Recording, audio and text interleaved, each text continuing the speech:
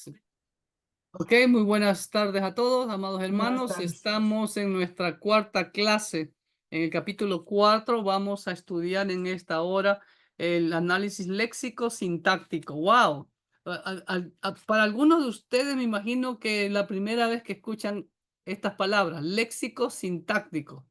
A ver, o ya la habían escuchado antes. Levante solo la manito, ¿quién ya había escuchado antes esta expresión léxico sintáctico? ¿Ah? Ninguno, es nueva para ustedes, ¿no verdad? Eh, Marcelino ya la había, porque ya Marcelino ya ha tomado clases en el seminario. Yo me acuerdo también cuando recién empecé mis primeros pasos en el seminario, me dieron una materia que decía diaconía. Yo decía, ¿y qué es eso de diaconía? Yo en mi vida había escuchado esa palabra, ¿no? Entonces y era un libro gruesote, pero no se asusten por los términos, ¿ok? El léxico significa, y ahí abajo está. Y la primera pregunta, y les voy a ayudar a contestar las tareas, ¿ok? Para que tengan presente. Recuerden, amados hermanos, que yo estoy siguiendo el libro. Si usted tiene en el PDF, pues no sé a qué página corresponde, pero yo sigo el libro, ¿ok? Entonces, en el libro, la sesión número 4, la primera pregunta es, resuma las ideas principales en definición y presuposición. Eso está en la página, no tiene número esta página, en la página 81 en la introducción.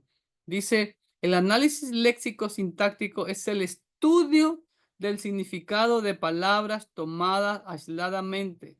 Eso se llama la lexicología, ¿no? Y la manera en que estas palabras están combinadas. Eso se llama sintaxis. ¿Ok? Que más adelante en la pregunta 7 también le van a preguntar eso. ¿Ok? A fin de determinar con mayor precisión el significado que el autor pretendía darles. ¿Ok? Eh, Hermanos, como siempre yo les he dicho, en cada idioma que hablemos, todos interpretamos. En cada idioma que tenemos, todos tenemos léxico sintáctico. Siempre hacemos un análisis léxico sintáctico. Y déjenme decirle algo, el español es muy complejo en eso, ¿no? Así como el griego, ¿ok? Porque usted ve que en nuestro idioma tenemos muchas conjugaciones, ¿no? Presente, pasado, futuro, pluscuamperfecto y ya hasta me he olvidado qué otros términos usamos ahí, ¿no?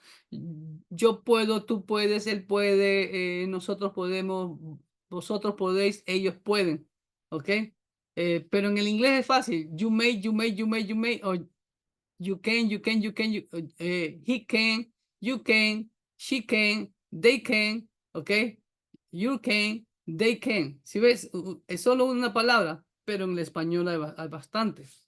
El análisis léxico sintáctico no es un incentivo para el literalismo ciego, es decir, eh, hay frases en la Biblia en que uno lo puede tomar literalmente, como por ejemplo, el Señor lo dijo, cuídense de la levadura de los fariseos.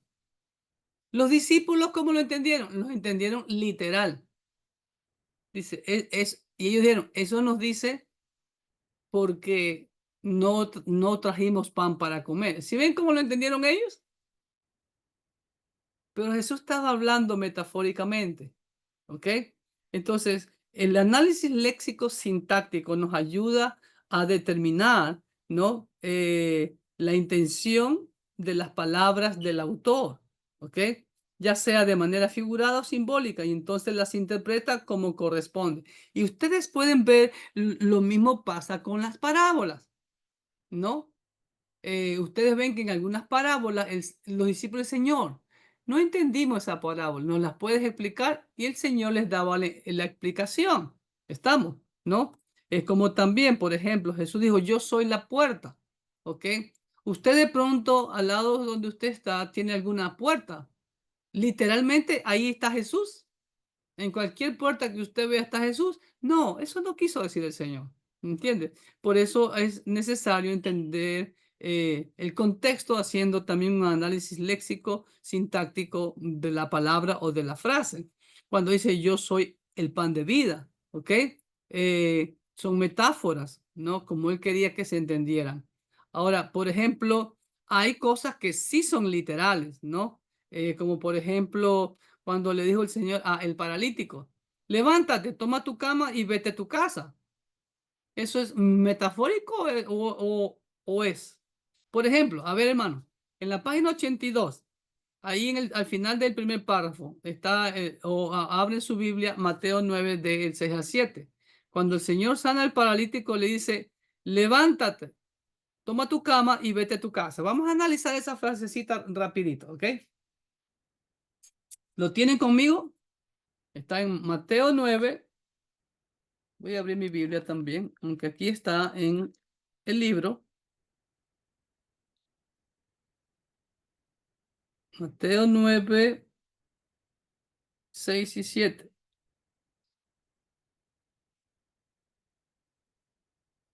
El 6 dice, pues para que sepáis que el Hijo del Hombre tiene potestad en la tierra para perdonar pecados, dice entonces al paralítico, levántate, toma tu cama y vete a tu casa. ¿Ok? ¿Lo tienen? Ahora, vamos a hacer un análisis léxico de esa frase. Por ejemplo, la palabra levántate. ¿Qué es, hermano? Gramaticalmente hablando.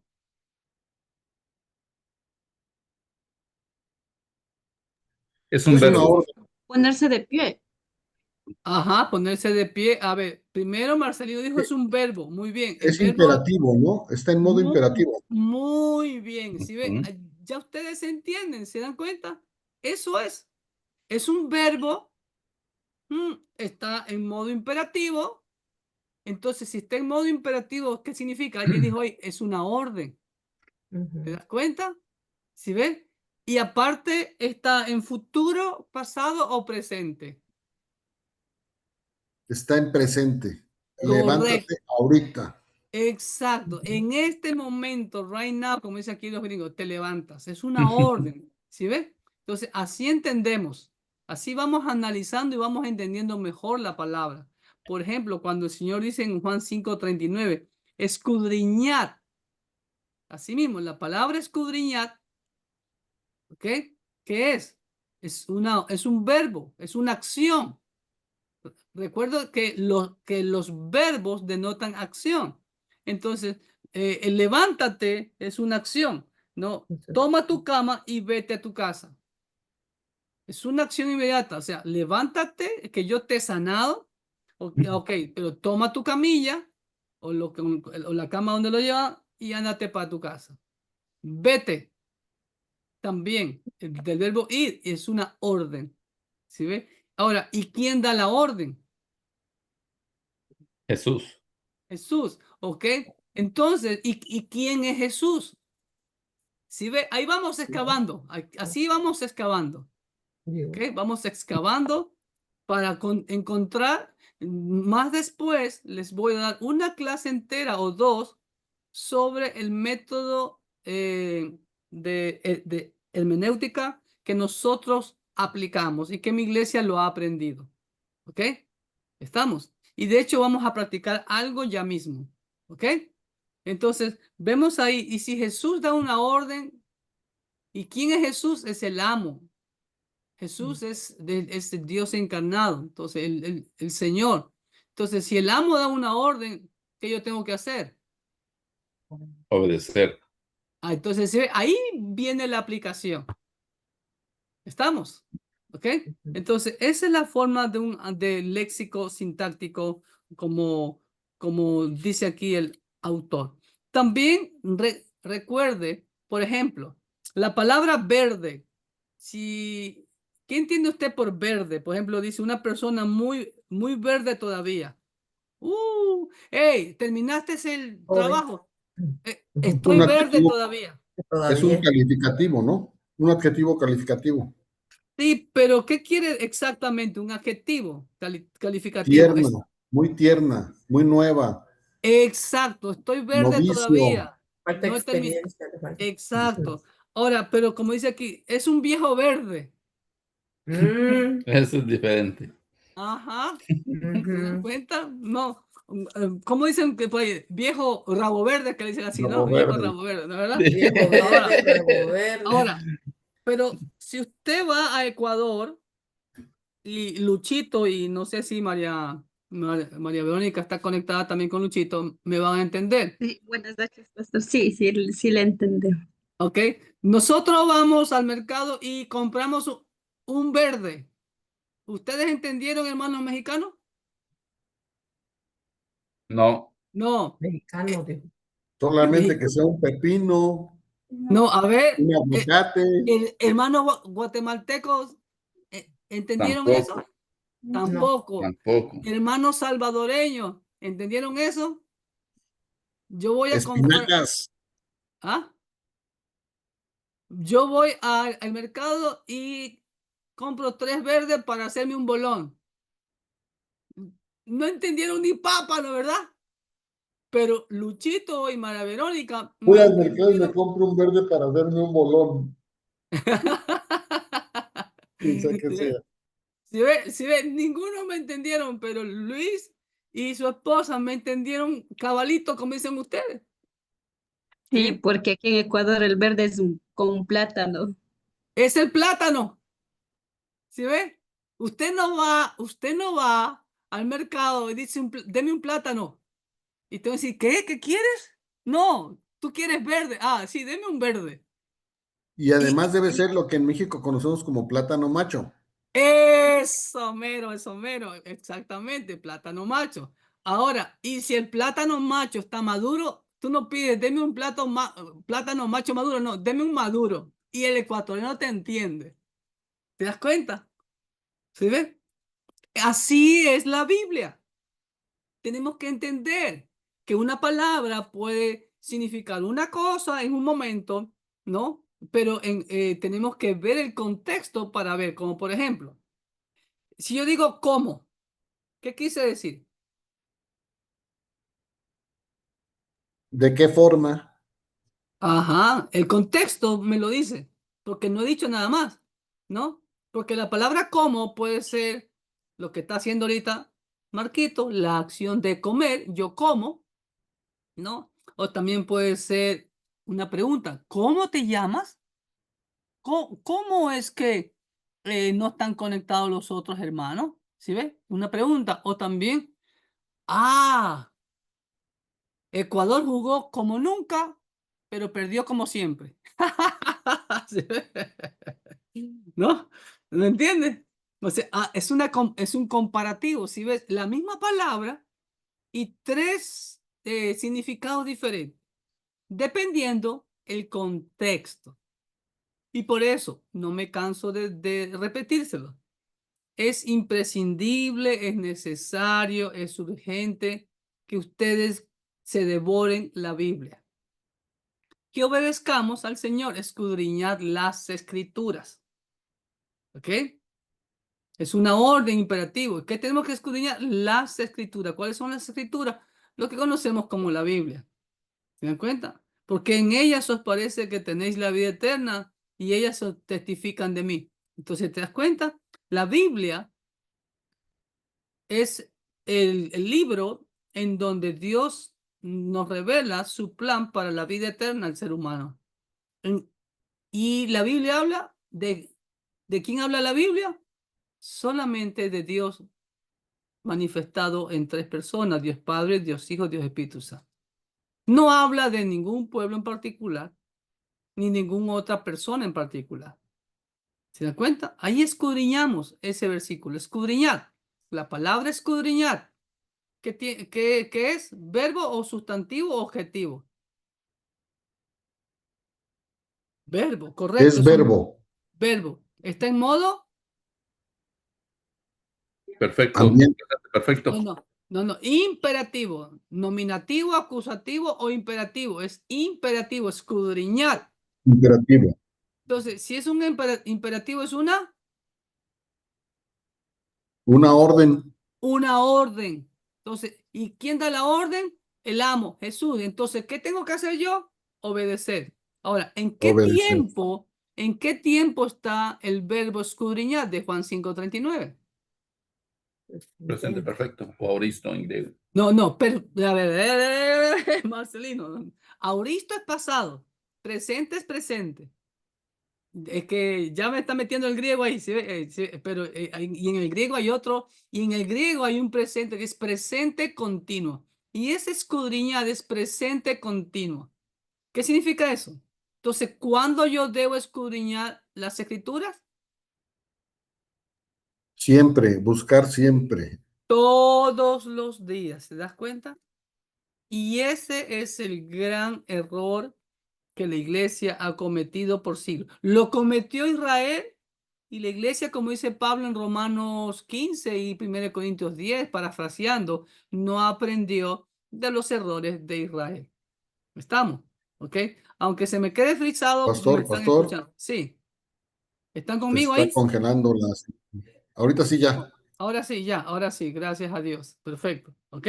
Entonces, ahí vemos eso es el análisis sintáctico. Ayuda al intérprete a determinar la variedad de significados que una palabra o grupos de palabras debe tener. Y entonces declarar que el significado X es más probable que el significado Y o Z. Como por ejemplo, pues si yo digo cómo, puede ser de comer, de pregunta o de comparación. Pero yo digo, yo como ceviche de camarón. Ah.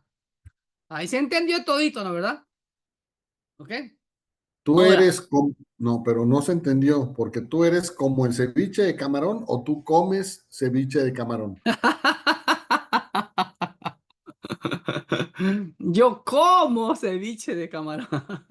No soy como el ceviche de camarón. ¿Sí ve? ¿Ok? ¿Están ahí? Hola, hola. Ok, seguimos. La necesidad del análisis léxico sintáctico es la segunda pregunta. Resumo las ideas principales. ¿Ok? El análisis léxico sintáctico. ¿Están ahí conmigo? Sí. Sí. Es necesario porque sin él, número uno, no tenemos ninguna seguridad válida de que nuestra interpretación sea el significado que Dios quiso comunicar. Y número dos, no tenemos fundamento para decir que nuestra interpretación de la escritura sean más válidas que la de los grupos heréticos o de los herejes. ¿Ok? La pregunta número tres, ¿cuáles son los pasos en el análisis léxico sintáctico? Usted puede decir, uy, pastor, pero tantos pasos que hay que hacer. Recuerde que es la teoría, pero en la práctica ya lo hemos hecho. Dice, identificar la forma literaria general. ¿Qué significa eso? Por ejemplo, si es prosa o es poesía o es literatura apocalíptica. Entonces, si es literatura apocalíptica, yo tengo que ver que ahí hay muchos símbolos. ¿Ok? Como hace un momento, yo soy la puerta, ¿ok? Eso está en poesía. La prosa es cuando se habla literalmente, ¿ok? Número dos, señalar el desarrollo del tema del autor y mostrar cómo el pasaje armoniza con el texto. Por ejemplo, ¿qué significa señalar el desarrollo del tema? ¿De qué está hablando el autor? Por ejemplo, cuando en Juan 5:39 dice, escudriñad las escrituras, porque en ellas parece que tenéis la vida eterna y ellas son las que testifican de mí. ¿Cuál es el tema ahí?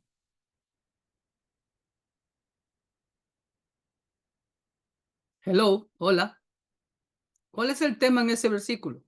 En Juan 5:39. Que en la Biblia ¿Perdón, Marcelino?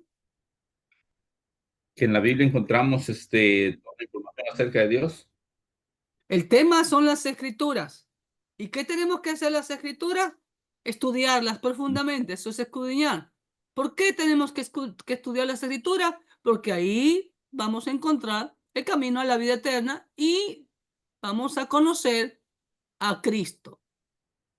¿Quién Amén. es Cristo? El plan de Cristo, el plan. ¿Sí ve? Estamos. ¿Ok? Número tres, identificar las divisiones naturales del texto. ¿Qué significa eso? Usted tiene que saber si va a dar un estudio bíblico o una exposición bíblica o una predicación, como le quiera llamar, tiene que ver hasta dónde tiene que usted usar los versículos. Vamos a hacer un ejemplo. Venga conmigo al pasaje que yo expuse ayer. El libro de Números capítulo 10. Números capítulo 10.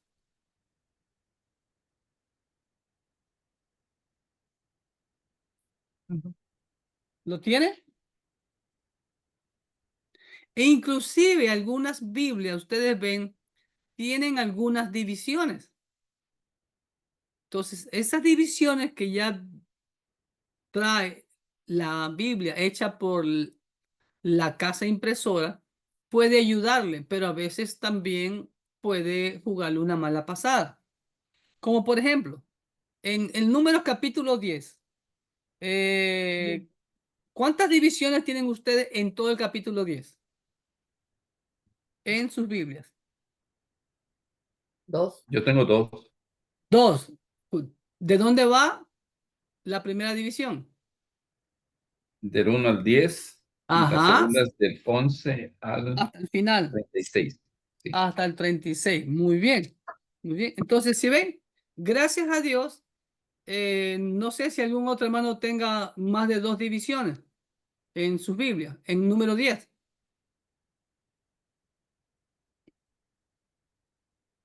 ¿No? ¿Ninguno? Todos tienen dos, perfecto. Ahora, por ejemplo, el domingo antepasado, yo expuse del 1 al 10. ¿Y cuál es el tema ahí? El toque de las trompetas. Ahora, ¿quiénes son los que tienen que tocar las trompetas? Los sacerdotes. ¿Ok? ¿Y para qué eran las trompetas? Para congregarse. ¿Ok? Entonces, y ahí comienza uno a escarbar, escarbar, escarbar y va sacando todos los principios, verdades, fundamentos, doctrinas que Dios quiere mostrar. Ahora, del 11 en adelante, ayer yo puse solo del 11 hasta el 28. Porque el 29, mire, versículo 11, mire lo que dice. En el año segundo, en el mes segundo, a los 20 días del mes, la nube se alzó del tabernáculo del testimonio. Y partieron los hijos de Israel del desierto de Sinaí según el orden de marcha, y se detuvo la nube en el desierto de Parán. Partieron la primera vez al mando de Jehová por medio de Manasés. La bandera del campamento de los hijos de Judá comenzó a marchar primero por sus ejércitos y Nazón, hijo de Abinadab, estaba sobre su cuerpo de ejército. Después viene la tribu de Isaacar con su representante, después viene Zabulón con su representante, después de esas tres tribus vienen los gersonitas y los meraritas con todo el mobiliario del tabernáculo. Después de ellos, más atrás debía de marchar la tribu de Rubén y menciona a Elisur, el representante de la tribu de Rubén, a Simeón con Selumiel, a la tribu de Gad con Eliasaf, y detrás de las tres tribus estas nombradas vienen los coatitas. Los coatitas eran los levitas que llevaban todo el mobiliario del lugar santísimo sobre sus hombros. Los gersonitas y los meraritas llevaban todo el mobiliario sobre carretas aladas por bueyes. ¿Ok? Del 22 hasta el 27, en nombre del resto de todas las otras 6 tribus que van en la retaguardia. Y en el 28 dice, este es el orden de marcha de los hijos de Israel por sus ejércitos cuando partían. Versículo 29.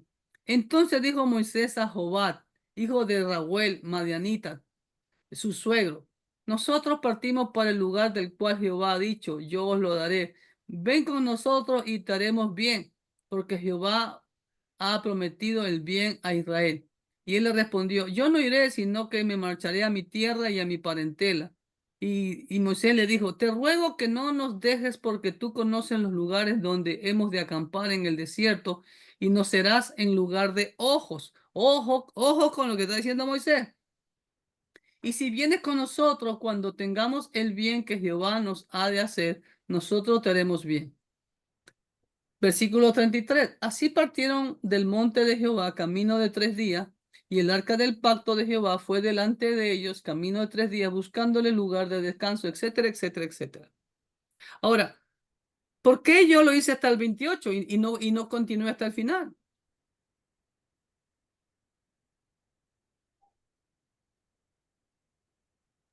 Porque hasta el 28 habla de cómo iban a ir las tribus en el orden, ya después habla de otra cosa. Correctísimo, Marquito. Correctísimo. Y hasta el versículo 28, del 11 al 28, ¿cuál es el tema? El orden que debían seguir. Ahí también es necesario identificar las palabras conjuntivas dentro de los párrafos o identificar palabras que se repitan. Y del versículo 11 al 28 hay 7 veces repetidas la acción de marchar. Entonces, ese es el tema. Marchar. ¿Cómo deben de marchar? Como ahí vemos también, ahí vemos, con orden. Y así vamos sacando, hermanos, vamos sacando, escarbando y vamos viendo principios que ya yo se los voy a, a enseñar más adelantito. Así que voy avanzando los pasos.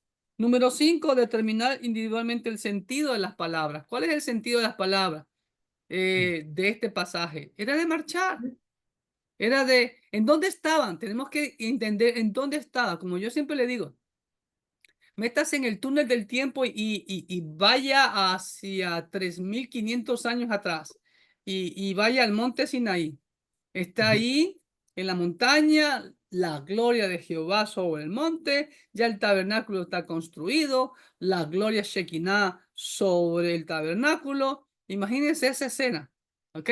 Han pasado 350 días desde que llegaron al monte Sinaí. Ya les voy a explicar más eso, ¿ok? Entonces, y de número 6, analizar la sintaxis, la relación de las palabras entre sí, que se expresa mediante sus formas y arreglos gramaticales. Y número 7, colocar los resultados de su análisis léxico-sintáctico en palabras no técnicas y fácil de entender, que transmitan con claridad el significado que el autor tenía en mente. Y falta la aplicación, que es lo más importante, ¿ok? Entonces, ahí estamos respondiendo la pregunta número 3. ¿Estamos? Ok, pregunta número 4. ¿Cuáles son los 3 métodos para determinar los significados de las palabras antiguas? Eso lo vemos en la página 86 al final. Dice, para descubrir la variedad de significados que una palabra pueda tener, se emplean comúnmente 3 métodos. El primer método es estudiar las maneras que una palabra se empleaba en otra literatura de la antigüedad, lo que acabamos de hacer en este momento, con la palabra verde. Yo compro 3 verdes y me hago un bolón. Ustedes no entendieron nada. ¿Ok? Entonces, así mismo, y recuerde algo que yo le he enseñado. Los idiomas van evolucionando con el tiempo. ¿Entiendes? Pues con el tiempo una palabra hasta puede cambiar de significado. ¿Ok? Como por ejemplo, usted ve en la Biblia, se usa mucho la palabra, permítanme, venga conmigo, Coraje eh, aparece mucho, ¿no? perdón, Coraje, de valor, coraje, por ejemplo, es y coraje, hoy significa otra cosa. exacto, pero quiero ir a la Biblia, venga conmigo a Romanos 6, creo que es, pero volvemos luego a número 10, ¿ok? Romanos 6.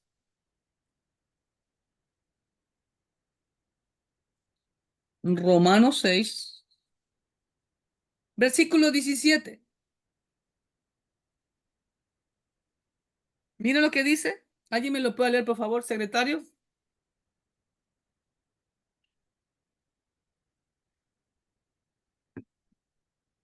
¿Me encontraron? Romanos 6, 17. Mira lo que dice. Pero Amén. gracias a Dios que aunque erais esclavos del pecado, habéis obedecido de corazón aquellas formas de doctrina a la cual fuisteis entregados. Ojo con el versículo 18. Y libertados del pecado, vinisteis a ser siervos de la justicia. Allí en griego hay una palabra que se repite en los dos versículos. Pero en español, Casiodoro de Reina, en el 17 puso esclavos correctamente y la palabra es duloi. ¿Sí ven lo que dice acá arriba? La placa, Sí. ¿alcanzan a ver? Dulos. Dulos, CU. Doulos es singular y douloi es plural. ¿Ok? Así como en español, toda palabra que termina en S es plural, ¿no? Entonces, las palabras que terminan hoy en el griego es plural, pero las que terminan, por ejemplo, en cualquier otra letra es singular. Entonces, pero mire cómo puso la traducción en el 18, que puso esclavos, siervos, perdón. Siervos. Y es la misma palabra griega, douloi. ¿Se dan cuenta?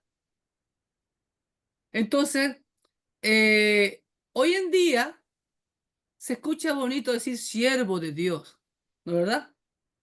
Suena elegante, pero ya decir esclavo de Dios, ¿cómo suena? Oh, chocante, ¿no? Ujú. Suena denigrante. Suena denigrante, correcto, pero eso es ante el ojo humano, porque el que no entiende, como dice Pablo, no, las cosas espirituales se han de entender espiritualmente. El hombre carnal no entiende porque para él son locuras. ¿Estamos? Entonces, ahí les mostré un ejemplo de cómo las palabras cambian, ¿no? Por eso es que la gente, cuando se hace el llamado a que la gente entregue su vida a Cristo, hermano, hay que ser directos. Hay que hacerle entender que está cambiando de amo y está pasando de una esclavitud a otra esclavitud. Oh, sigo siendo esclavo, pero aquí la diferencia es abismal. Es esclavo por amor, no por imposición. Y el amo nuestro es muy diferente al amo de este mundo. ¿Me hago entender? Entonces, todo eso es que explicarle para que la gente le caiga el 20, como dicen mis hermanos mexicanos, ¿no? Que puedan entender claramente el pacto, el compromiso de amor que están haciendo. Así como Jesús por amor se entregó voluntariamente, nadie lo obligó. ¿Sí ven? Asimismo nosotros por amor nos hacemos esclavos de Cristo. ¿Ok? En una relación de amor. Ya tenemos que entender que con el amo de este mundo, como dice 1 Juan 5:19, ¿qué tiene el ser humano con Satanás? Dígame. Pecado, desgracia y para colmo condenación eterna al infierno. ¿Pero qué tenemos con nuestro amo Cristo? ¡Wow! Mi amo vino dejando su trono de gloria a nacer en un sucio, oscuro, maloliente pesebre como estaba nuestro corazón. Vino para iluminarlo. Vino a vivir una vida santa dándonos ejemplos que tenemos que seguir. Y para colmo murió en la cruz como el más vil de los villanos, de los criminales. Pagó el precio que yo debía pagar. Y resucitó para darme la seguridad de la fe que tengo en él. ¿Se da cuenta? Y para colmo, me perdona todos mis pecados y los echó al fondo de la mar y nunca más se acuerda de ellos. Y para colmo de los colmos, está preparando moradas celestiales en ese lugar llamado el cielo, lugar de gloria, de esplendor, donde voy a vivir con él por la eternidad. ¿Sí ven? Es diferente. Entonces, y eso es lo que la Biblia enseña, eso es lo que Dios quiere hacer entender. Pero hoy en día dice, levanta la mano, es una oración de fe y la gente no entiende lo que hizo. Y por eso que no hay compromiso. ¿Estamos? ¿Ok? Entonces, ahí están. El segundo paso, el método es estudiar sinónimos buscando puntos de comparación, así como de contraste, por ejemplo. La palabra amor, hermanos queridos, en el idioma griego hay 4 palabras para denotar amor. La palabra agape, fileo, eros es el amor de pareja, de matrimonio, y el estorge es el supuesto amor morboso, ¿ok? Pero el agape es el amor divino, el fileo es el amor de amigo, ¿ok? Entonces, el tercer método para determinar los significados de una palabra es estudiar la etimología. Considerar el significado de las raíces históricas de la palabra. La etimología.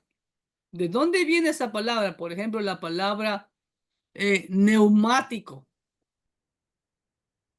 En México usan esa palabra, ¿no es verdad? El neumático. Allá en Guatemala usan esa palabra, No, hermano, nosotros decimos llanta. llanta. En El Sí. Salvador usan la palabra neumático, hermano Salvador. Para que la veas perfectamente bien. Solamente levánteme la mano si es que sí. Ajá, sí usan ellos la palabra neumático. ¿Ok? En Ecuador usamos la palabra llanta. ¿Sí ven? Pero como lo dije al principio, como en Ecuador hace tiempo atrás se veían muchas novelas mexicanas, ¿no? Y series mexicanas, ya hay palabras que las usamos, ¿ok? Entonces, neumático ya la gente entiende, pero generalmente se usa llanta. Ahora, vamos a hacer la etimología de la palabra neumático. ¿De dónde viene la palabra neumático? Es una palabra griega, de Ujú. neuma, que es espíritu, Neuma. aire. ¿Sí ven? Y la palabra neumáticos significa espiritual. ¿Se dan cuenta? O como palabra sars puede significar, de ahí viene la palabra en español sarna, que es una erupción en la piel de su cuerpo. O la palabra sarx en el griego puede significar una parte del cuerpo también. ¿Estamos? Entonces, y de ahí viene la palabra sarquicos también, que es la palabra carnal.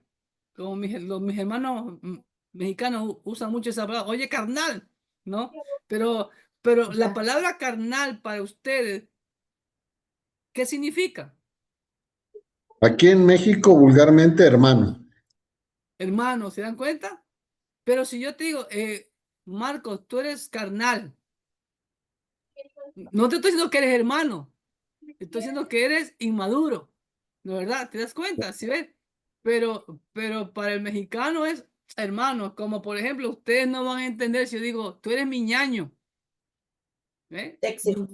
Ninguno entiende. Ñaño, ¿qué es eso? Pero Luis y María Verónica, que son de 4 años, saben lo que estoy diciendo. Es un hermano, pero más que un hermano, un ñaño, ñaño del alma, ¿eh? ¿Me entiendes? Entonces, eso es lo que significa hacer la etimología, buscar los significados, todo eso, ¿ok? Pregunta número 5. ¿Cuál es la pregunta número 5? Perdón, rapidísimo nada más. Entonces, lo que estabas hablando hace ratito de la palabra, de la etimología griega zar, por eso es el sarcoma de Kaposi, que es el cáncer de piel. Exacto, exacto. Exacto. Sarcoma, exacto. Viene de sar. Exacto. Yo les he dicho, en el español tenemos muchas palabras griegas, muchas ramas. No soy experto en ello, pero creo que muchas ramas, o si no todas, vienen del griego. Cardiología, pediatría, quiropráctico, ortopedia, odontología, Neumático. oftalmología, reumático. ¿Sí ves? En términos musicales, pentagrama. En términos de figuras geométricas, triángulo. ¿Me entiende? Pentágono, hexágono, octágono. ¿Se dan cuenta? Hay muchas palabras. Cosmetología. ¿Se dan cuenta? Hay muchas palabras que venimos usando del griego, sin querer queriendo, ¿no? Así que pues, eso es lo que significaba la etimología. Pregunta número 5, para ayudarles, ¿cuáles son los 3 principales tipos de paralelismo en la poesía hebrea? Eso está en la página 91, abajo un poquito más abajo de la mitad de la página, dice, se puede clasificar el paralelismo hebreo en 3 tipos fundamentales: sinónimos, antitéticos y sintéticos. ¿Ok? Esos son los tres tipos de paralelismo en la poesía. Hablando de la poesía, hablamos de los salmos. ¿Cuáles son los libros poéticos? Job, Salmo, Eclesiastés, Proverbios y Cantares. ¿Sí ven? Ahora, no significa que en otros libros no hay poesía. Sí, hay poesía. Pero estos 5 libros son completamente poéticos, ¿no? Y en Salmos encontramos mucho de estos paralelismos. Por ejemplo, el paralelismo sinónimo. ¿Qué es el paralelismo sinónimo? Es cuando el segundo verso de una estrofa o de un verso repite el contenido de la primera parte del versículo, pero en diferentes palabras. Por ejemplo, miren el Salmo 103:10 dice, no ha hecho con nosotros conforme a nuestras iniquidades. Y la segunda parte dice, no nos ha pagado conforme a nuestros pecados. ¿Sí? Lo mismo con diferentes palabras. Eso es sinónimo. Recuerde que la palabra sinónimo es, por ejemplo, sinónimo de... Yo te voy a dar una palabra de sinónimo aquí en México. Ver. Cerveza. Perdón por la palabra, Sí, pero sí, sí, es no, ok. Cerveza, cerbatana, cerbatana, elodia, fría, muerta, birria. ¿Qué más te puedo decir? Ya van 6 ahí. No me acuerdo el cebada, otro. cebada, Cebada. Chela también. chela, exacto, ¿no? Caguama, misil. A la torre. ¿Sí ven? Esos son sinónimos, ¿ok? Ahora, Y, después y viene eso es el... lo difícil del español, para que lo ex- entiendan en otros idiomas. Exacto, exacto. Es como, por ejemplo, también, recuerde lo que le he mencionado en esta materia. Todos los idiomas tenemos así mismo palabras y tenemos lo que se llama expresiones idiomáticas, ¿no? Yo a veces, por ejemplo, digo, wow, yo no hablo perfecto inglés, me defiendo, pero a veces me pierdo, porque a veces hay expresiones idiomáticas que digo, wow, esto se ha dicho así, ¿no? Entonces, y eso también en cada país lo tenemos. El segundo paralelismo es el antitético. ¿Qué significa? Que la idea de la segunda parte del versículo contrasta totalmente con el contenido de la primera parte. Por ejemplo, el Salmo 37:21. El impío toma prestado y no paga. ¿Cuál es la contraparte? ¿Cuál es lo opuesto?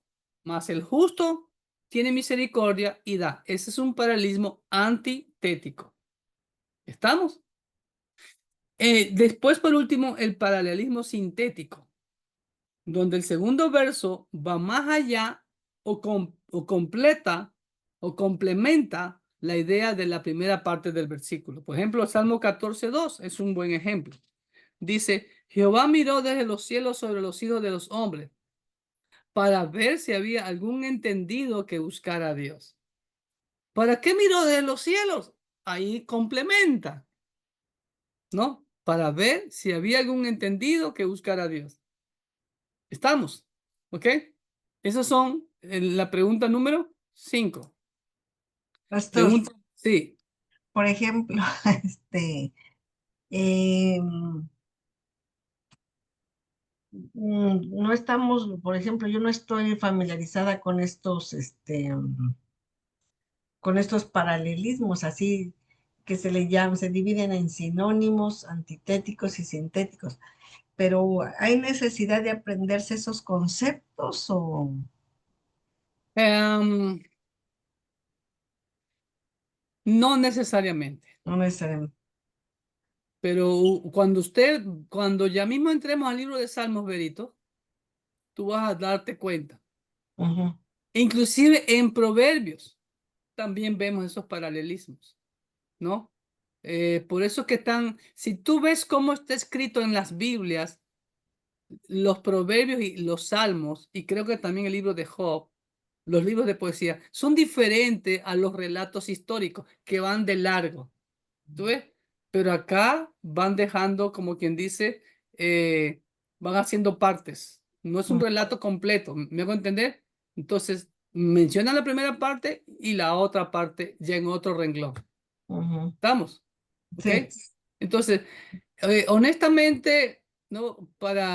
Como para información, ¿no? Ya si tú quieres ser un erudito en interpretación, sí, ¿sabes? Y vuelvo y repito, la práctica, la práctica, la práctica, la práctica hace al maestro. ¿Estamos? ¿Ok? Pregunta número 6 habla sobre cuál es la diferencia entre paralelos verbales y paralelos verdaderos. ¿Ok? Los paralelos, esa respuesta está en la página 93. A partir del segundo párrafo, en la tercera línea, dice, es importante, sin embargo, distinguir entre paralelos verbales y paralelos verdaderos. Los paralelos verbales son los que emplean palabras similares, pero se refieren a conceptos distintos. ¿Ok? Como por ejemplo la palabra de Dios como una espada. ¿Se dan cuenta? En Hebreos 4 y Efesios 6 es un ejemplo de un paralelo verbal.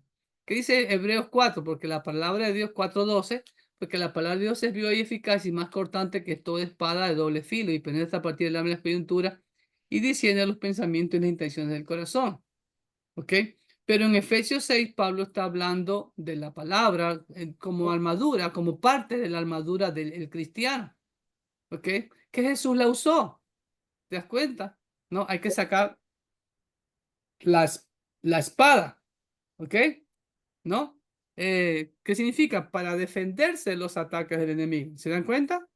Entonces, ese es un paralelo verbal. Ahora, los paralelos verdaderos están en el siguiente párrafo. Dice, por el contrario, los paralelos verdaderos son los que hablan del mismo concepto o del mismo acontecimiento. Pueden emplear diferentes palabras y con frecuencia agregan información adicional que no está en el pasaje bajo estudio. ¿Ok? Un cuidadoso examen del contexto es el mejor indicador de si los pasajes son paralelos verbales o verdaderos. Y por eso, si ve, vuelvo y repito, hay que entender el contexto. ¿Estamos? Contexto inmediato, contexto del libro y el contexto de toda la Biblia. Y por ejemplo, ya les mencioné anteriormente sobre Génesis 6. Viendo a los hijos de Dios, que las hijas de los hombres eran bellas y hermosas, tomaron para sí mujeres. Pero no dice, si ven, y recuerde algo, que se lo he dicho también. Dos cosas. Número uno, la Biblia fue escrita de corrido. No sé si usted ha tenido la oportunidad. Bueno, por internet usted puede ver un rollo de una copia de los manuscritos antiguos. Usted no va a ver coma, punto y coma, punto seguido. Usted no va a ver eso ahí. ¿Me entiende? No hay signos de puntuación. Número dos, usted no va a ver número de versículo ni número de capítulo. Y como le digo, a veces la división en capítulos o en versículos nos puede hacer pasar una mala jugada. Nos puede hacer desentender el contexto. ¿Estamos? Por eso es necesario, como dice aquí, examinar el contexto. ¿Estamos? Entonces, y vemos los principios y el contexto de toda la Biblia. Entonces, ¿cuál es la mala interpretación de Génesis 6? Oh, que los demonios tuvieron sexo con las mujeres y de ahí salieron los gigantes. ¿Ok? ¿Eso es correctamente, hermenéuticamente correcto? No. No. Porque el Señor dice que en el cielo seremos como los ángeles, que no se casan ni se dan en casamiento. Es decir, los ángeles no se reproducen. ¿Ok? Son asexuales. Por eso, ¿el matrimonio hasta cuándo es? Hasta la muerte. Amor. Mi esposo y yo nos vamos al cielo. ¿Vamos a seguir siendo esposos allá? No, ya no va a haber sexo allá. ¿Se dan cuenta? ¿Quién lo dijo? Jesús. La autoridad máxima.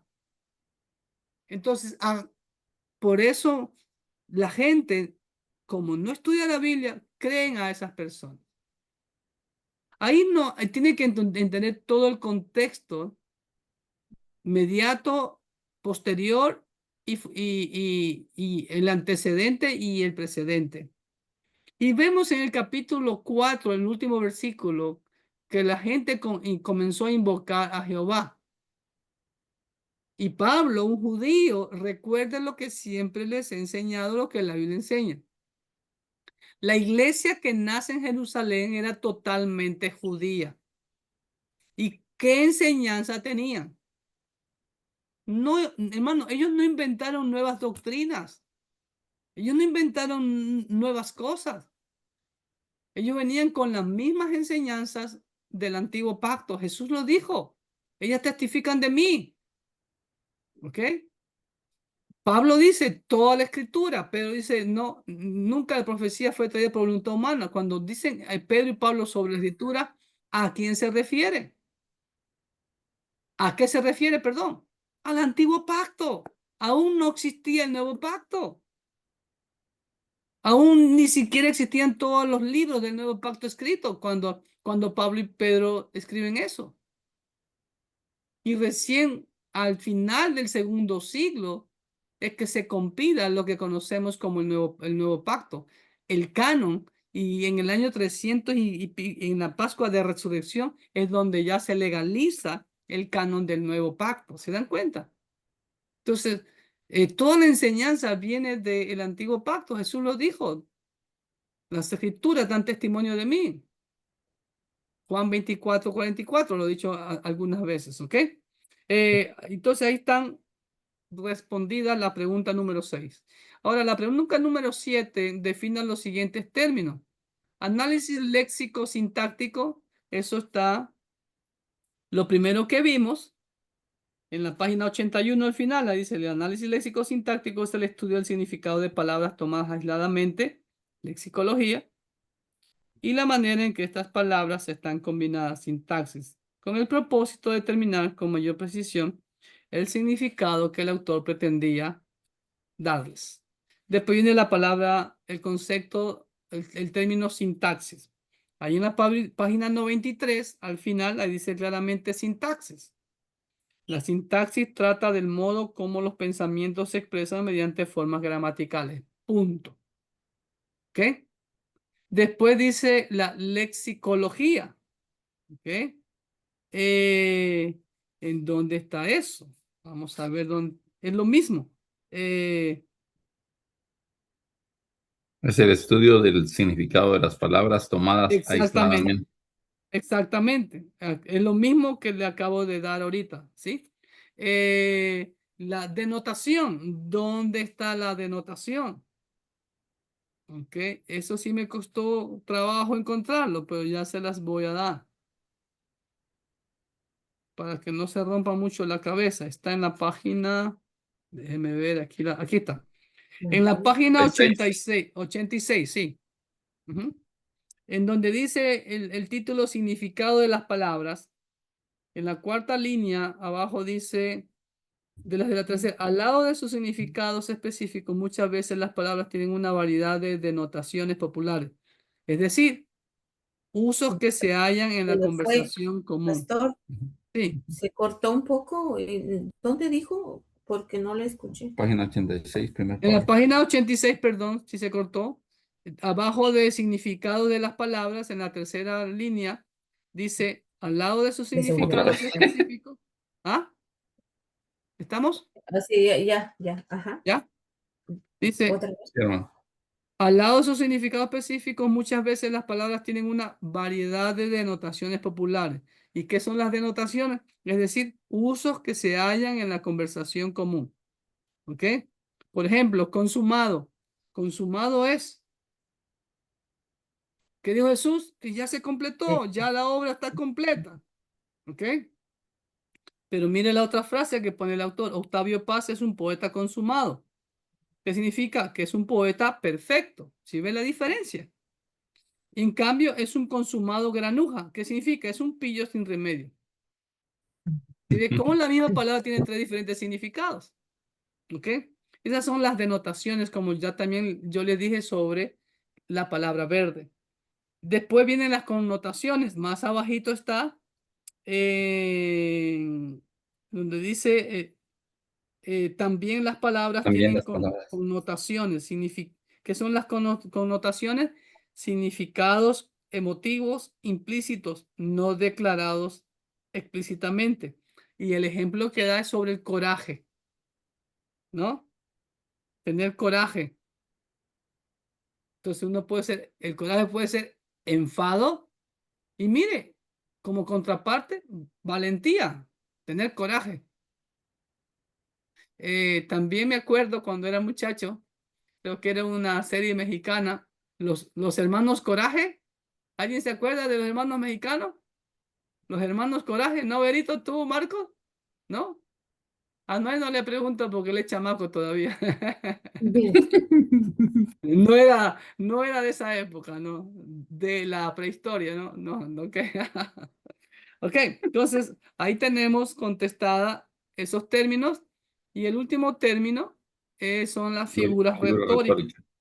retórica. Si alguien la encontró, ¿sabe dónde la encontró? La tengo por acá. En la página 92. ¿Ok? Dice en el segundo párrafo.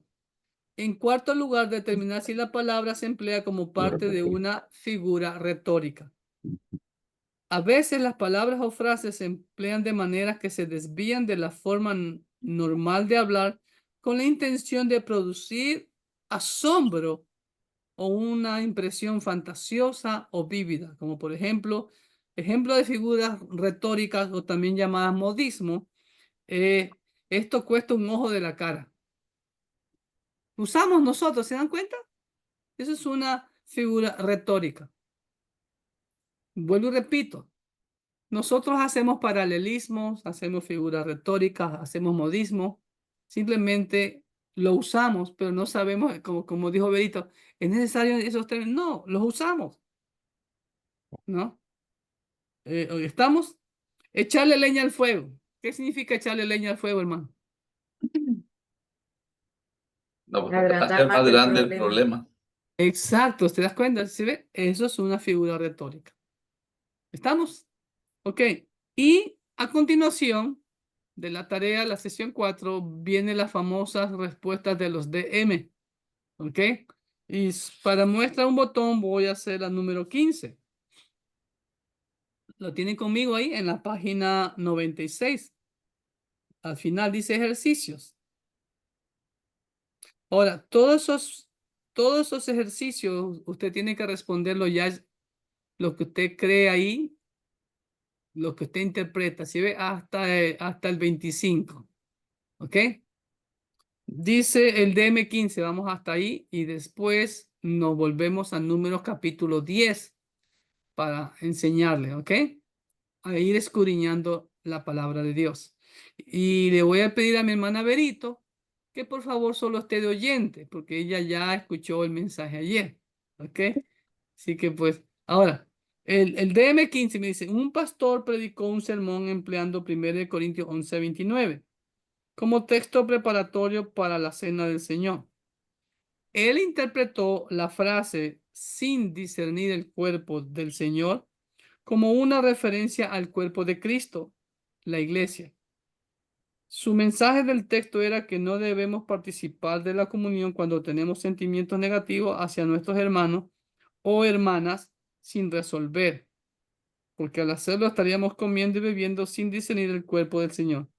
¿Es válido ese uso del texto? ¿Qué creen ustedes?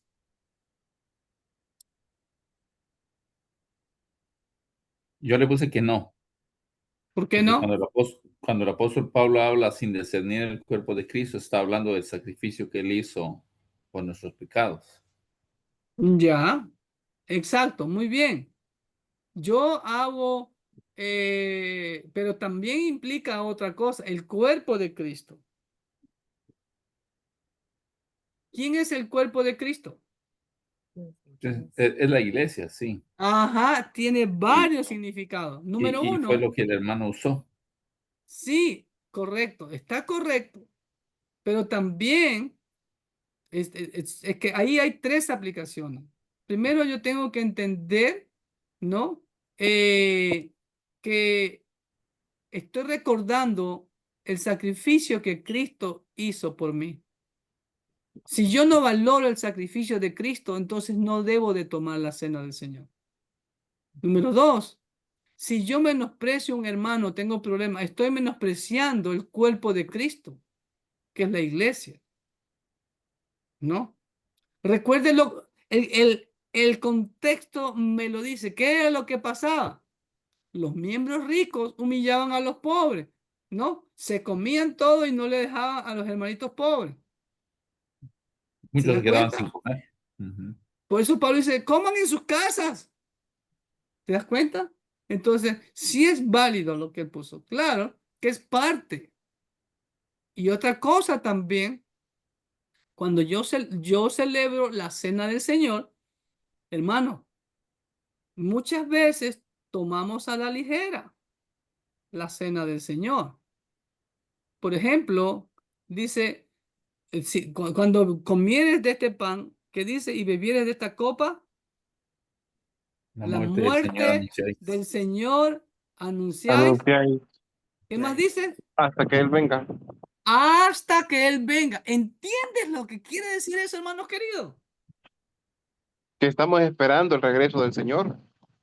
No, no, Rafita. Que lo tenemos que seguir haciendo. ¿Qué tenemos que seguir haciendo? No es. Hablando de La Cristo, cena del Señor, porque tenemos que hacerlo hasta que Él venga. venga. No, no, no, no. Eso es lo que dice acá. Dice, así pues, todas las veces que comieres este pan, ahí sí Ujú. significa que tú lo puedes hacer todos los días, una vez a la semana, una vez al mes, ¿ok? Sí. Algunos lo hacen una vez al año, ¿entiendes? Ujú. Ok, eso habla de la, ¿cómo se dice? De la continuidad de la celebración de la cena. Pero dice, ¿no? Las veces que comieres este pan y bebieres de esta copa, la muerte del Señor anunciáis Anunciáis. hasta que Él venga. Son dos cosas, muy bien. La puedes celebrar la continuidad cuando quiera, pero que tienes que entender que cuando tú haces eso, la muerte del Señor anunciáis hasta que Él venga. A ver, ¿qué entendieron ahí, hermano? Y aquí les va a caer un balde de agua fría, hermanos queridos. Porque siempre tomamos a la ligera la cena del Señor. Pastor. Derito, tú ya sabes, porque tú eres mi discípula.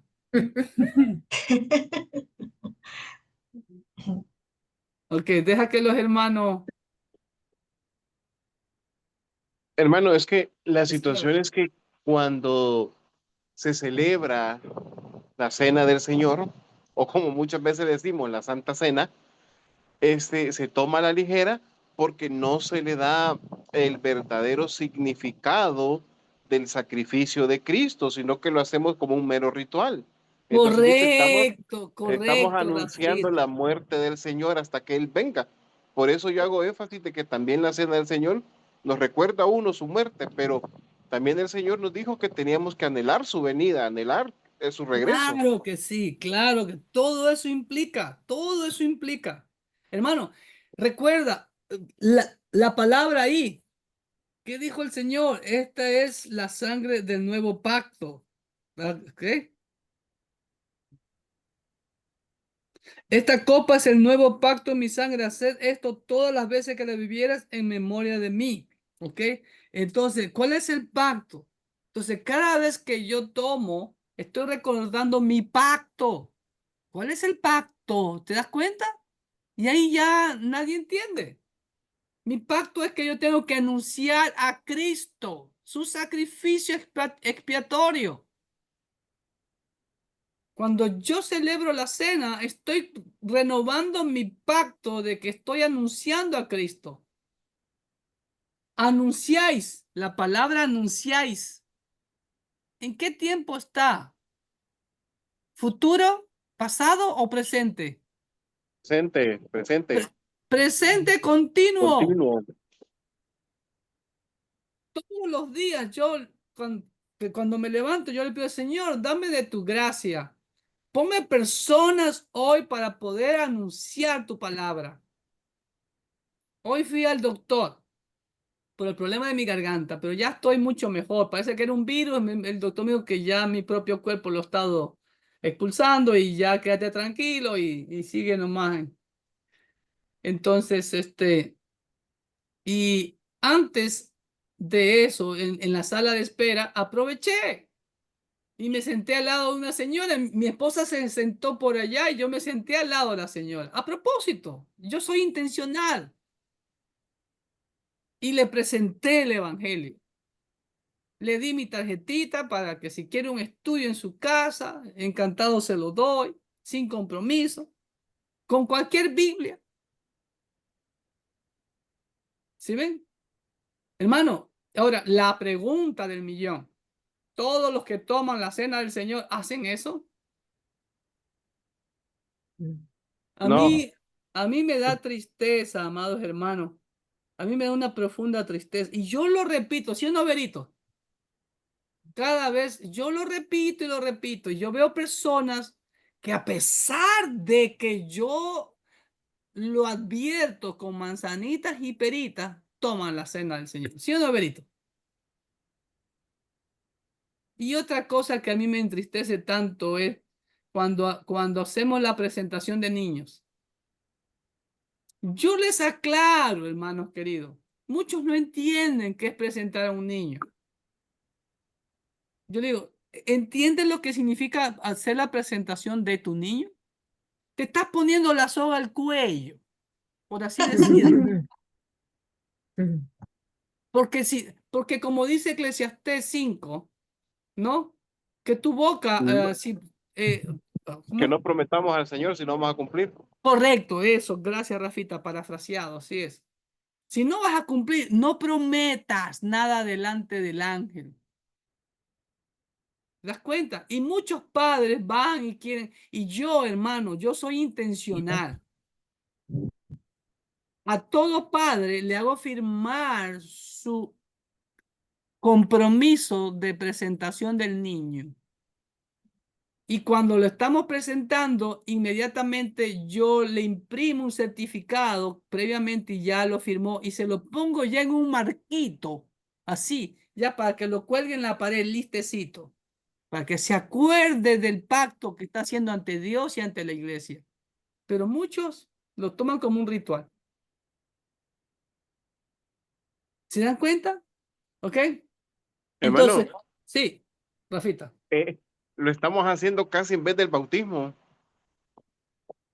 Correcto. Y después criticamos a la religión tradicional. Y nosotros hemos caído en lo mismo, hermano. Hemos caído en lo mismo. ¿Ok? Bueno, entonces, el resto, así mismo ustedes lo van respondiendo. ¿Ok? Si tienen alguna inquietud, el resto de las preguntas es, responda a DM16 Pastor, hasta el DM25. Sí, mi amada Berito. la pregunta 20 como que me ha costado. Ya ha costado. A ver, Si la podemos ver rápidamente. ¿Cómo no, mi amada Berito? Se ha debatido mucho respecto a la naturaleza del sentido de culpabilidad mundano, neurótica versus sentido de culpabilidad piadosa. Segunda de Corintios 7:10. Vamos a ver qué quiere decir Segunda de Corintios 7:10. Dice, porque la tristeza que es según Dios produce arrepentimiento para salvación, de que no hay que arrepentirse, pero la tristeza del mundo produce muerte. Ok, entonces vamos a ver. Dice, versus sentido de culpabilidad piadosa entre los psicólogos cristianos. Aplicando sus conocimientos de hermenéutica a ese texto en particular, haga una diferencia de las dos lo mejor que pueda. O sea, sí entiendo el versículo que nos está hablando, ¿verdad? Que Déjeme leerlo. Segunda de Corintios. Segunda de Corintios 7:10. Porque la tristeza, o sea, que es según Dios produce arrepentimiento. O sea, cuando la persona, ¿verdad? Somos pecadores, somos culpables, pero tenemos ahora sí que tenemos, nos arrepentimos de corazón y hay tristeza, ¿verdad? Porque hemos entendido que hemos pecado contra Dios.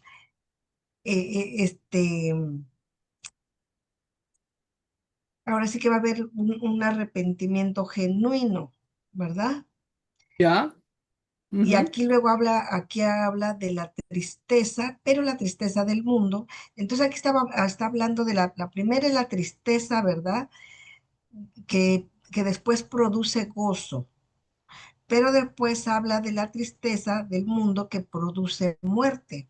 Ujú. Pero aquí es cuando no hubo un verdadero arrepentimiento. Ujú. Pero yo no le entiendo hacía la pregunta exactamente cómo.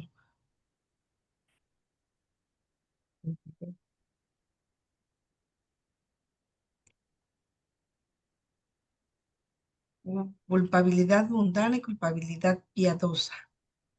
Sí, está medio confuso eso, pero vamos a interpretar lo que yo entiendo, el contraste que hace Pablo, Ujú, hablando de la tristeza, ¿no? Porque ujú, una tristeza es para salvación, pero la otra tristeza es para muerte. ¿Cómo es eso? ujú. Entonces, eh, ahora, sí, por ejemplo, un pasaje muy que ahorita el Señor me hizo recordar. Esdras,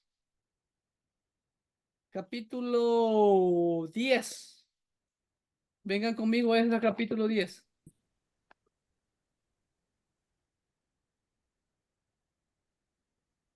¿Qué versículo? Versículo. Permítame.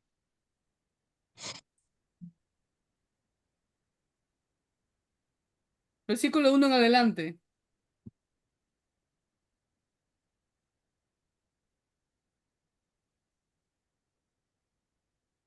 Ujú. ¿Qué pasó? ¿Qué pasó con la exposición de la palabra? ¿Eh? ¿Sí ven? Sí, ¿Se dan aquí cuenta? habían hecho un pacto, ¿verdad? De expulsar a todas las mujeres extranjeras con las que se habían Correcto, casado, ¿no? porque previo a eso les habían leído la ley. Exactamente, le habían leído la ley. Y miren lo que dice, hermano, me encanta la respuesta del pueblo en Esdras 10:4. Miren lo que le dicen. Voy a leer desde el 3. Ahora pues, hagamos pacto con nuestro Dios que despediremos a todas las mujeres y a los nacidos de ellas, según el consejo de mi Señor y de los que temen el mandamiento de nuestro Dios, y hágase conforme a la ley. Y le dijeron a Esdras, levántate, porque esta es tu obligación, hermano. Hermano, esa palabra es para ti, levántate. Es tu obligación de decir al pueblo lo que la Biblia dice. A lo malo hay que llamarlo malo, a lo bueno hay que llamarlo bueno. ¿Se dan cuenta? El pueblo entendió, ¿sí ve?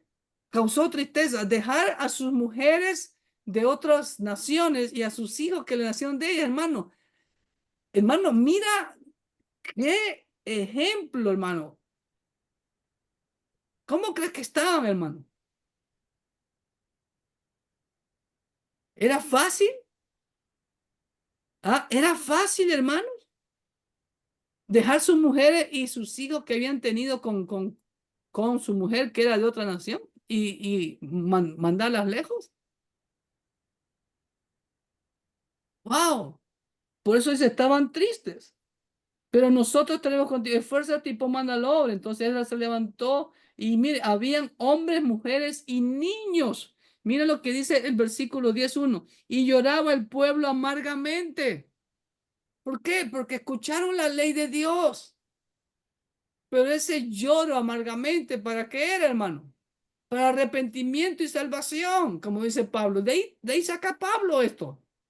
Nehemías capítulo 10, perdón, Nehemías capítulo 8, también lo mismo. Desde el alba hasta el mediodía, venga conmigo, Nehemías 8. Se repitió la escena. Y se juntó todo el pueblo como un solo hombre en la plaza que está delante de la puerta de las aguas. Y dijeron a Esdras el escriba que trajese el libro de la ley de Moisés, el cual Jehová había dado a Israel. Versículo 2. Al final dice, el primer día del mes séptimo, ok, se congregaron ahí hombres como mujeres y de todos los que podían entender, todos los que podían entender. Y leyó en el libro delante de la plaza que está delante de la puerta de las aguas, desde el alba hasta el mediodía, hermano, desde el alba hasta el mediodía. ¿Cuántas horas leyó la Biblia a Esdras? 6 horas. Y nos quejamos nosotros en los servicios dominicales. Lean este pasaje de la congregación. Esto es pueblo de Dios. Mi iglesia lo ha entendido, por eso no se quejan cuando yo expongo 1 hora y media o 2 horas el mensaje. Porque si yo le digo, si usted viene a la escuela dominical 2 de la tarde y terminamos 5 de la tarde, 3 horitas le ha dedicado al Señor. No es nada. Cuando yo sé que hay iglesias que son iglesias drive-thru, ¿me hago entender? ¿Cómo se dice en español? Drive-thru. Como usted compra, como el cajero automático, como el Compre para llevar. compra para llevar. ¿Sí? ¿Se da cuenta? Así son algunas iglesias. Hermano, 6 horas. No estaban sentados cómodos en una butaca, en un asiento, con aire acondicionado o con calefacción. Miren lo que dice. No, en presencia de hombres y mujeres y de todos los que podían entender, y los oídos de todo el pueblo estaban atentos al libro de la ley. Ese es el problema. La gente no está atenta a la palabra de Dios. No quiere escuchar palabra de Dios. Ahora, me salto al 8 y leían en el libro de la ley de Dios claramente y ponían el sentido de modo que entendiesen la lectura. Hermano querido, la palabra de Dios hace sabio al sencillo, dice la palabra. ¿Cuál es el problema? No la estudiamos, no la leemos. Por eso no me canso de decirlo. Si ustedes no estudian la palabra de Dios, hermano, de nada vale todo lo que estamos hablando. ¿Ok? Mira lo que dice el versículo 9. Y Nehemías, el gobernador, y el sacerdote Esdras, escriba, y los levitas que hacían entender al pueblo, dijeron a todo el pueblo: Día santo es a Jehová nuestro Dios. No os entristezcáis, ni lloréis, porque todo el pueblo lloraba oyendo las palabras de la ley. Hermano, se me pone la piel de gallina cuando leo esto. Pero si se da cuenta, pastor, luego se leen pasajes que hacen poner la piel chinita, pero la gente no se quebranta. Es porque es dura de corazón, Es dura. ¿no? Y mira, luego dice, ¿dónde es que dice que en Nehemías 10 era, perdón, en Esdras 10 es que era por causa de la lluvia, dice. Vuelvo a Esdras 10:9. Dice, así todos los hombres de Judá y de Benjamín se reunieron en Jerusalén dentro de los 3 días, a los 20 días del mes que era del mes noveno, y se sentó todo el pueblo en la plaza de la casa de Dios, temblando con motivo de aquel asunto y a causa de la lluvia. Hermano, estaban escuchando la palabra de Dios. Dice, 3 horas escucharon la palabra de Dios y 3 horas confesaron sus pecados bajo la lluvia, con frío.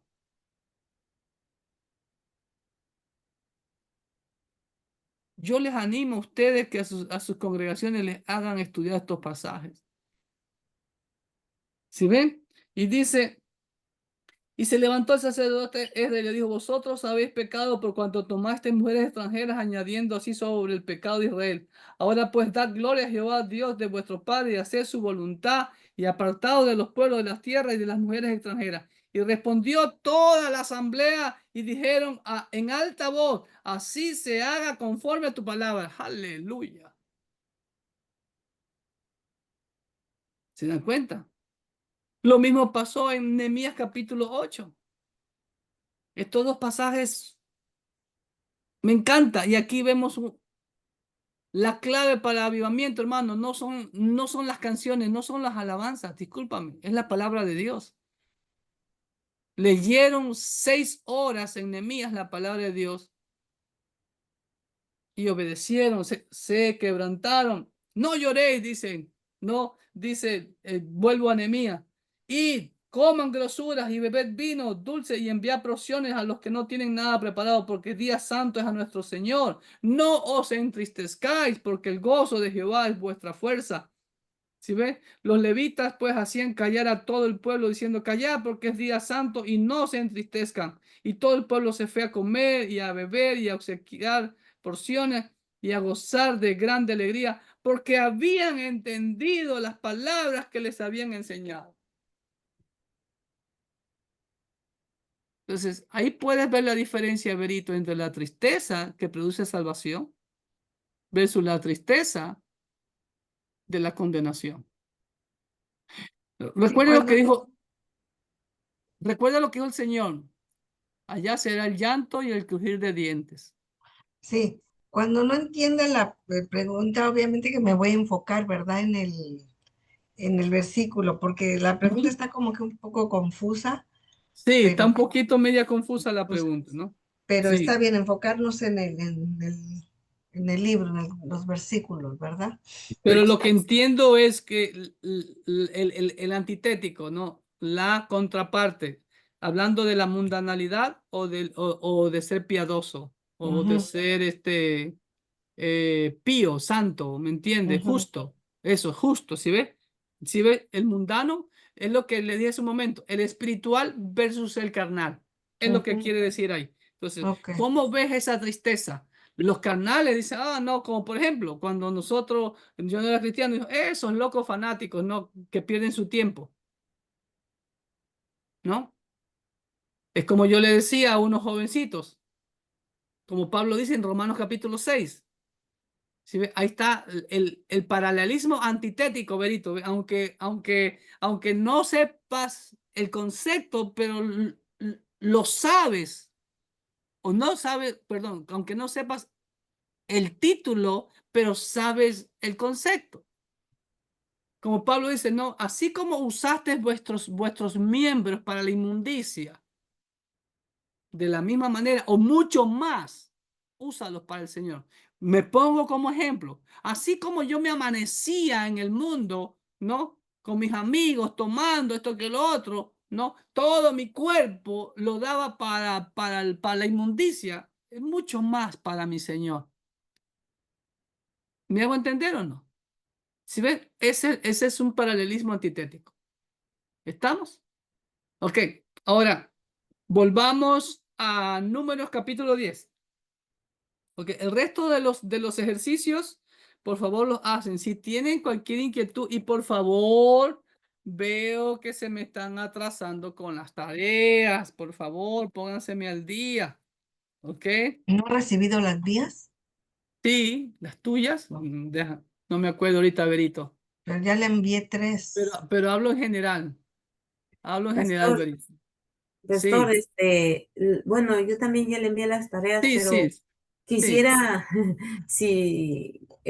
que si pudiera ver, o sea, pues decirme, Luisa, esto No estuvo bien. no estuvo bien, algo así para. Oh, ya, perfecto, ok, sí, yo de- solamente las he recibido, pero denme un tiempecito porque he estado ocupado también.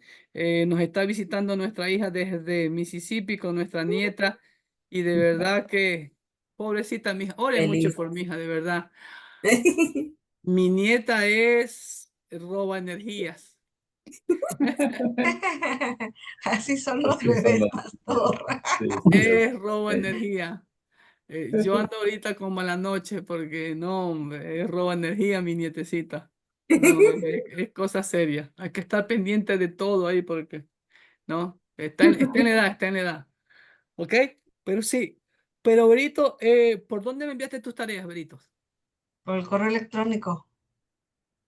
Correo electrónico. Ya voy a revisar, pero no tengo registrado. Así que, por favor, no se me atrasen. Ok, vamos a Números capítulo 10. Ahora, el libro de Números, hermanos queridos, de ¿Cuál es el tema central del libro de Números? ¿Alguien lo sabe? Recuerde, hasta el capítulo 11, aquí, están en las faldas del monte Sinaí. ¿Ok? Ahora, miren lo que dice el versículo 11 del capítulo 10. En el año segundo, en el mes segundo, a los 20 días del mes, la nube se alzó del tabernáculo del testimonio. Y partieron los hijos de Israel del desierto de Sinaí según el orden de marcha, y se detuvo la nube en el desierto de Parán. Ok.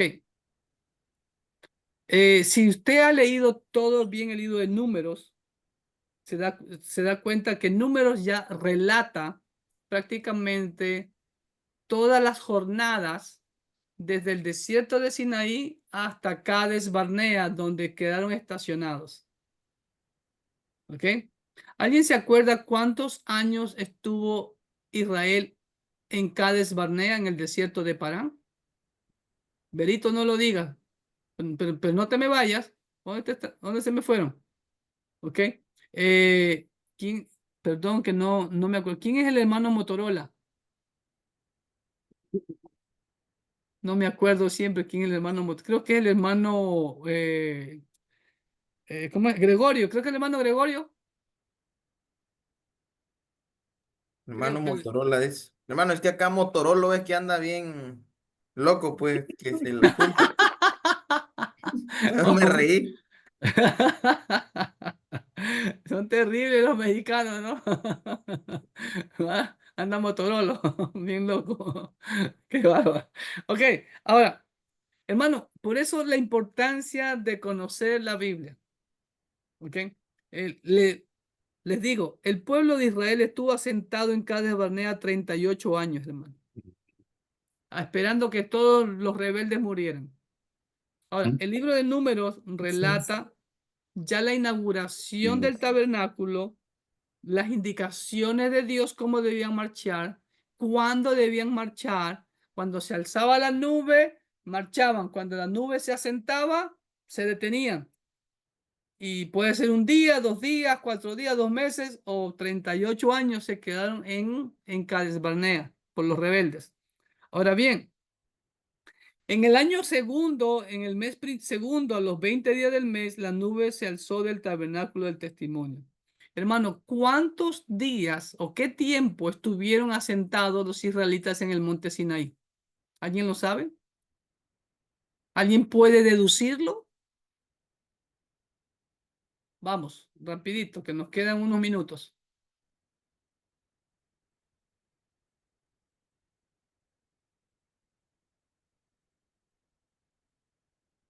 ¿Ningún voluntario? 14 ¿Cómo? meses. 14 meses. ¿Cómo deduces 14 meses, Rafita? A ver, ¿cómo llegaste a esa interpretación? Ay, haciendo una ¡Ah! reta. El problema es que me equivoqué porque hice de cuenta con el calendario gregoriano.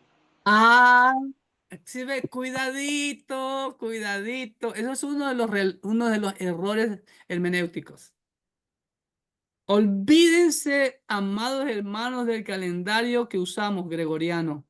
Olvídense, el calendario gregoriano es el calendario solar, ya les he explicado. Olvídense del calendario judío actual. No es el mismo calendario bíblico de Dios, valga la redundancia. El calendario judío actual es un calendario mixto, solar-lunar. El calendario bíblico de Dios es totalmente lunar. Y recuerden, ¿cuándo Dios estableció el calendario para los israelitas? Cuando comenzó la Pascua, ¿no? Cuando salieron de Egipto. Correcto, mi querido Marcelino. Si ve Éxodo capítulo 12. Este será el primer de los meses para vosotros. Este es el mes de Abib. A-B-I-B. Abib. No abril. Olvídense del calendario gregoriano. ¿Ok? Abib significa cuando la espiga de la cebada ya está madura. Está Abib. ¿Ok? Porque la celebración de la Pascua, días despuésito de la Pascua, ¿no? En la semana de los panes sin levadura, o sea, recuerda, eran 8 días de panes sin levadura, desde el 14 hasta el 21. Y en esos días se celebraba la fiesta de la primicia de la cebada, cuando ya estaba Abib. Porque recuerden, los hijos de Israel celebraron la Pascua el 14 de Abib. El día 15 de Abib comienzan a salir de Egipto. ¿Ok? Hasta llegar al Mar Rojo, Moisés, por obra de Dios, abre las aguas y pasan en seco. Y llegan a Arabia, no Egipto. Que eso fue en el Porque Golfo salieron de de Egipto, Acaba. ¿no? Porque salieron de Egipto, correcto. La Exacto. mal llamada península del Sinaí que dicen hoy, o como yo le llamo el diente de tiburón, que tiene forma así de un diente de tiburón, siempre ha pertenecido a Egipto. ¿Ok? Y siempre la Biblia dice que Moisés huyó a tierra de Madián. Y tierra de Madián siempre ha sido Arabia Saudita. Y el monte Sinaí está, como dice Pablo en Gálatas 4, si no me falla la memoria, en Arabia, no en Egipto. Ok. Ahora, cruzan, pero ¿cuándo llegan al monte Sinaí? ¿En Arabia? ¿Dónde encontramos esa respuesta? Venga conmigo a Éxodo 19:1. ¿Alguien que lo lea, por favor?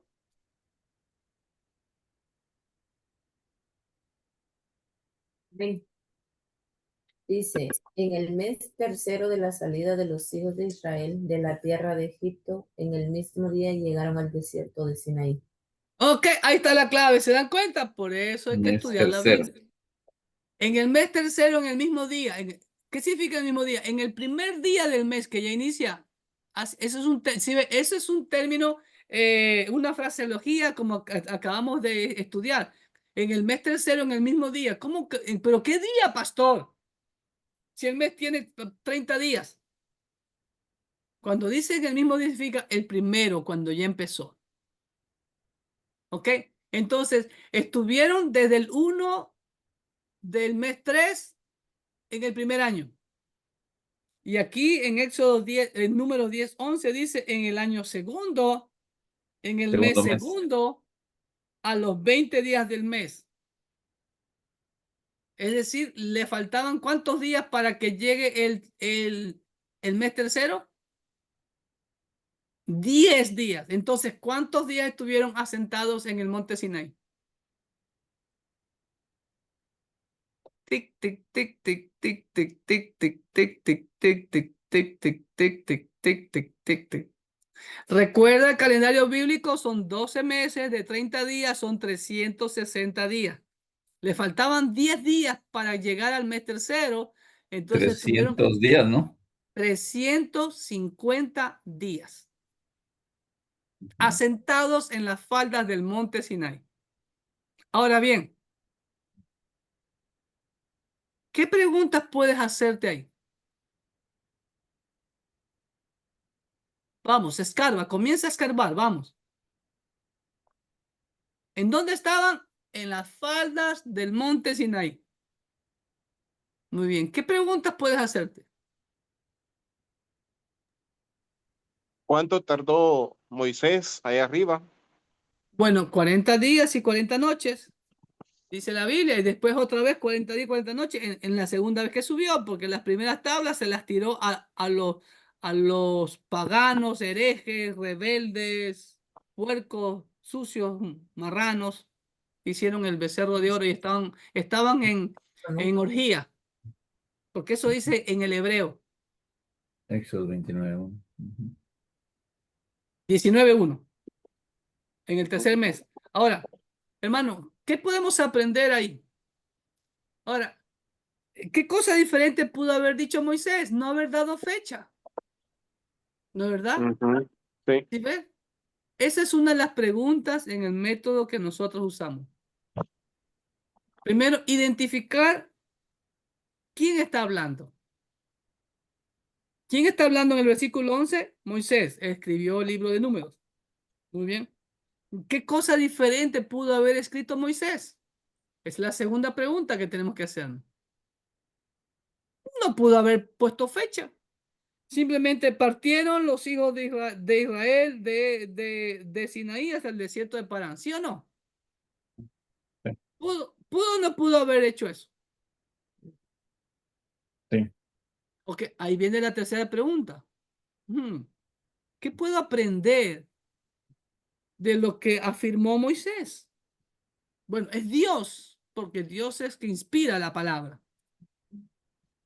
¿Qué puedo aprender? En última instancia, Dios es el autor, recuerda. ¿Qué puedo aprender que Dios me está diciendo una fecha con manzanitas y peritas? En el año segundo, en el mes segundo, a los 20 días del mes. Solo faltó que diera hora y minuto y segundo. ¿Qué puedo aprender yo ahí?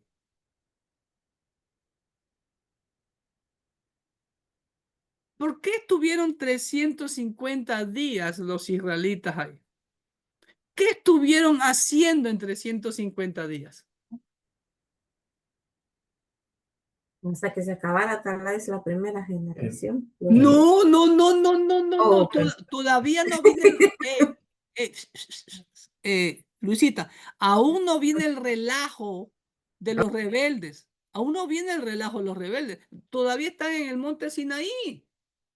El relajo con los rebeldes fue cuando fueron allá y mandaron los espías y vinieron, No ay, nos van a creyeron. comer el vivo y eso de lo otro.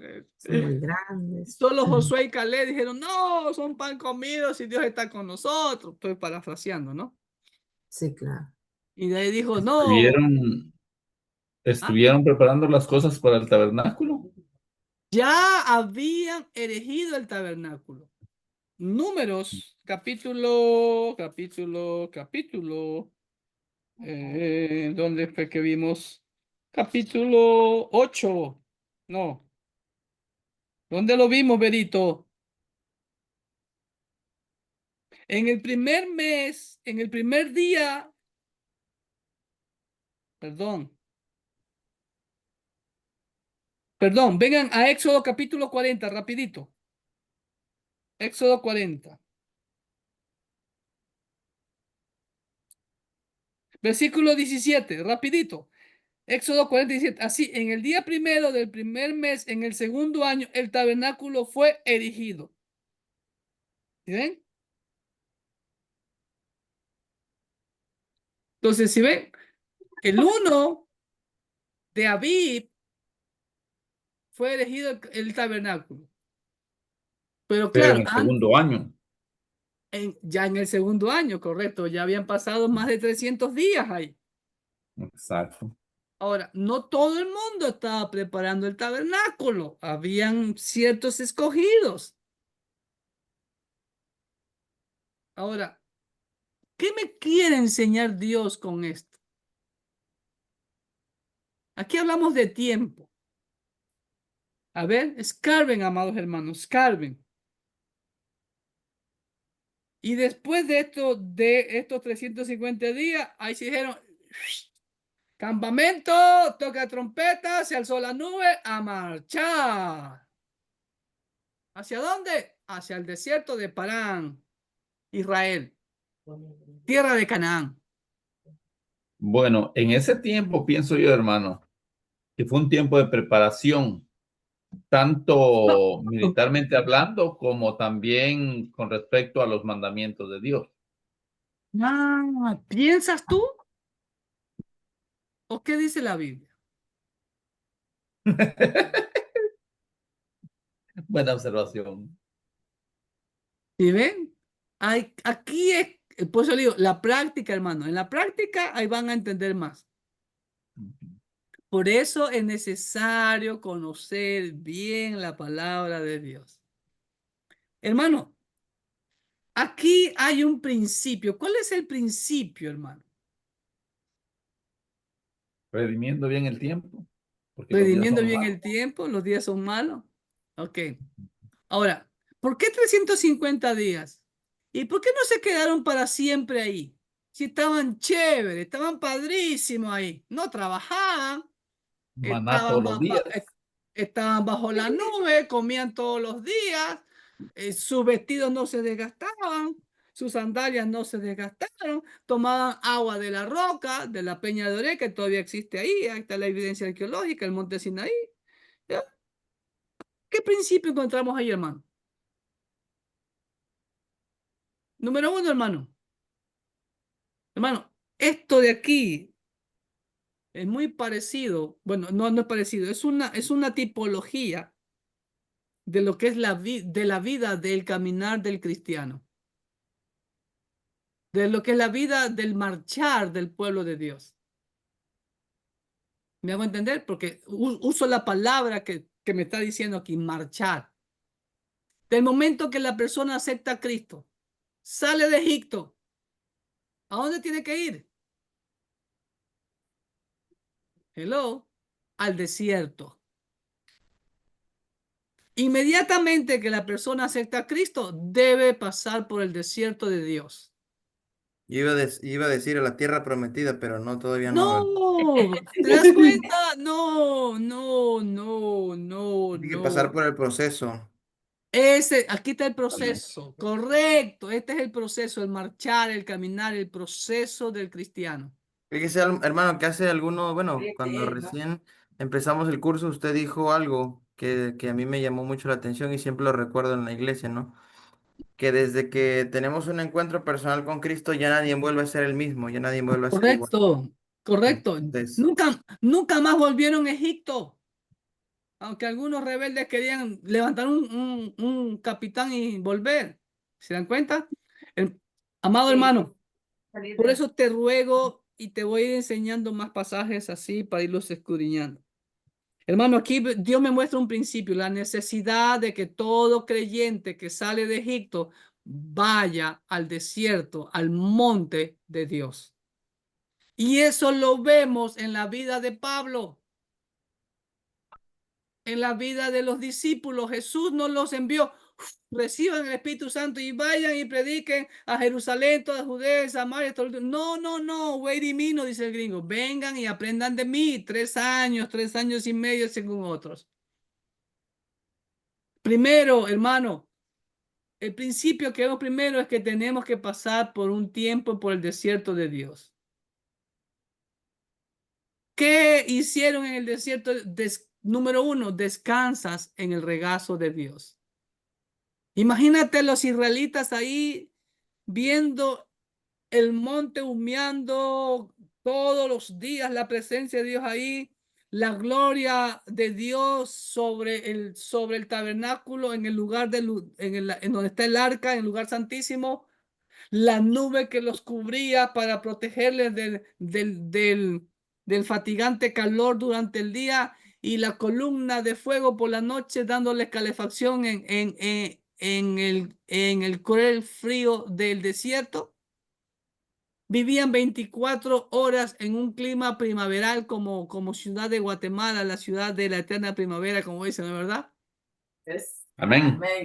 Ahí están mis chapines, ¿sí? ¿Te das cuenta? ¿Sabes qué? Para que entres al regazo de tu Señor. Número 2, ¿por qué es necesario ese tiempo del desierto? Para tener un tiempo de intimidad. Es el primer amor con Dios. Número 3, para desintoxicarnos del Egipto. ¿Ah? ¿Te das cuenta? ¿Cómo crees que vino el pueblo de Israel? Vino santo, lindos, perfectitos ya para cumplir la misión. No estaban preparados para cumplir la misión de llegar a la tierra prometida. por eso es que Dios te prepara, ¿no? Exacto. Primero te desintoxica. Es como los drogadictos, como los alcohólicos. Primero los encierran un año para desintoxicarlos. Los Motorola dice. Los Motorolos, los Motorolos, ¿ok? Es el tiempo, como dice Deuteronomio 8:2. Dios ha probado tu corazón todo este tiempo. Es para probar tu corazón. Dios quiere conocer tu corazón. Dios quiere sanar tu corazón. ¿Por qué? Porque del Egipto traemos amargura, resentimiento, heridas, palos, latigazos, machetazos, puñetazos, piedrazos, heridas, falta de perdón, raíces de amargura, resentimiento, enojo, ira. Señor quiere limpiar tu corazón de todo eso. Quiere sanar tu corazón. ¿Ok? Otro punto, ¿por qué es necesario el tiempo en el desierto con Dios? Para capacitarte con su palabra. Éxodo 24:12, Levítico 10:11 dice que los sacerdotes enseñaban la palabra de Dios al pueblo. 350 días dedicados a estudiar la palabra de Dios, que no tenían mucho, solo hasta lo que ese momento Moisés Dios les había revelado a través de Moisés. Ven conmigo, Éxodo 24:12, para muestra un botón. Te lo leo rápido. Entonces Jehová dijo a Moisés, sube a mí al monte y espera allá y te daré tablas de piedra y la ley y mandamiento que he escrito para enseñarles. Amado hermano, hoy en día el pueblo de Dios es enseñado en la palabra de Dios.